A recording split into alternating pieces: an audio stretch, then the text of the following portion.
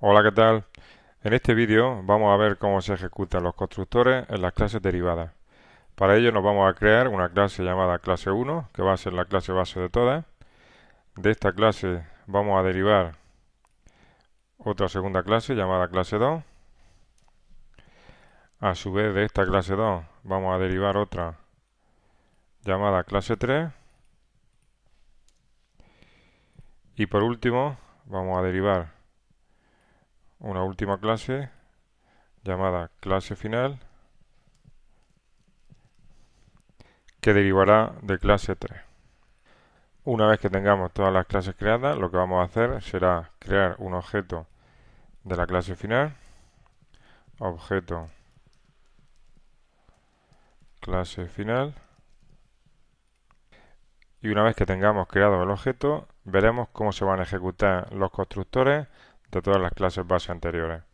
En este caso ocurrirá lo siguiente: cuando yo intente crear un objeto de clase final, el compilador, en lugar de ejecutar su constructor, se preguntará primero: ¿clase final deriva de alguna clase? En este caso, como deriva de clase 3, en lugar de ejecutar el constructor de clase final, se irá a clase 3 y se hará la misma pregunta: ¿clase 3 deriva de alguna clase?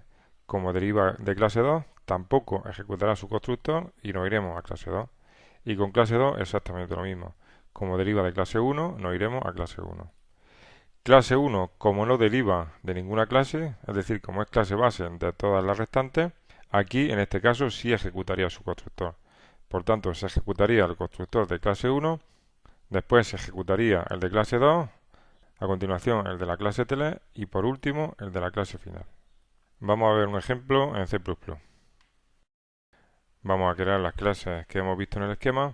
En primer lugar, vamos a crear la clase 1, clase 1, las típicas llaves de apertura y cierre y el punto y coma. Y esta clase lo único que tendrá será su constructor, llamado clase 1, lógicamente. Y lo único que tendrá será un mensaje que nos diga que estamos mostrando el constructor de la clase 1.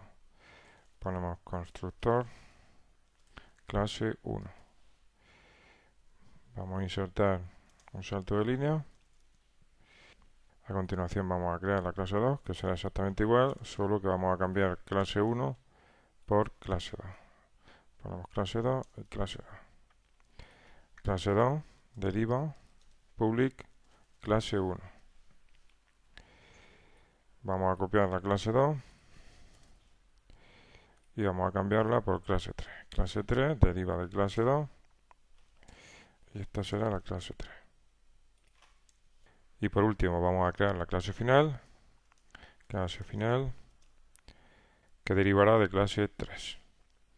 Vamos a poner aquí clase final y aquí clase final.